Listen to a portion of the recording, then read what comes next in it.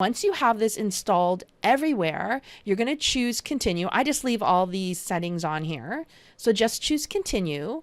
The next step is we now have to educate Facebook on if somebody goes over here, this means they bought widget A. If somebody goes over here, they bought widget B. If somebody goes over here, they've registered for our webinar. If somebody goes over here, they've downloaded our cheat sheet. Facebook doesn't know that yet, so we need to tell it how to find those types of events. So we're going to make an event code. So I'm going to choose, again, manually add event code. I prefer their manual way just because I find it more straightforward.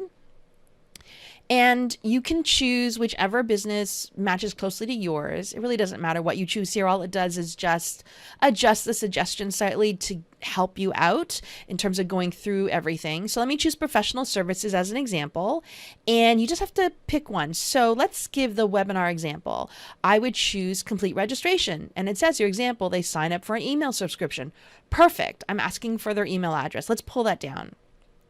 Now I'm going to scroll down here, and it already gives me the code here, and it tells me how and where to put this code in. Now this code only goes on the page that people land on after they register for the webinar.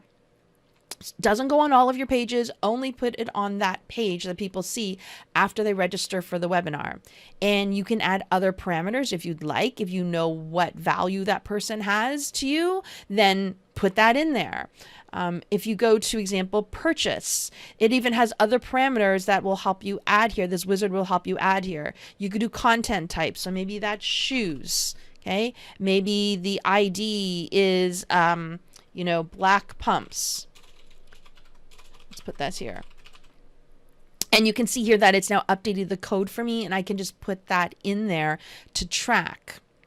And why do I do this? Well, yes, there are ways to track using the URL, but you don't want to be stuck with that. What if, for example, you create other pages that you want to test? What if you're testing your confirmation page, which most people do, right? So when you do that, you're going to have a different URL for each page.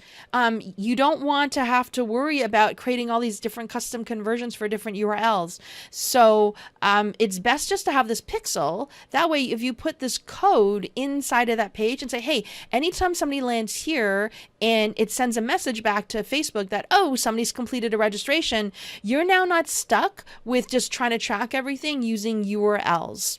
So when I show you how to make custom conversions, this will make a little bit more sense. But this is why we're going through this process over here.